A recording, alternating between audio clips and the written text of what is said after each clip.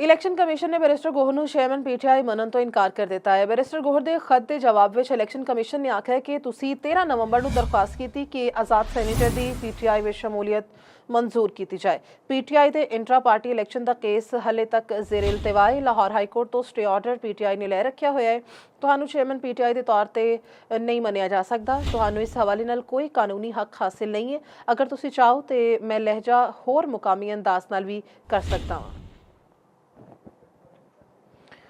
नाजरीन, Lahore high court तो stay order PTI ने लै रखा है तो इलैक्शन कमिशन ने बैरिस्टर गोहर नूं चेयरमैन पीटीआई बनने तो इनकार कर दिता है। अहम खबर है कि उन्हों का कहना है कि तुसी 13 नवंबर नूं दरख्वास्त की कि आज़ाद सैनेटर्स की पीटीआई में शमूलीयत मंजूर की जाए। पीटीआई के इंट्रा पार्टी इलैक्शन का केस हले तक जेर इल्तवा है। अहम खबर है इलैक्शन कमिशन ने बैरिस्टर गोहर नूं चेयरमैन पीटीआई मनने तो इनकार कर दिता है। बैरिस्टर गोहर के खत के जवाब में इलैक्शन कमिशन ने आख्या कि तुसी 13 नवंबर नूं दरख्वास्त की कि आज़ाद सैनेटर्स की पीटीआई में शमूलीयत मंजूर की जाए।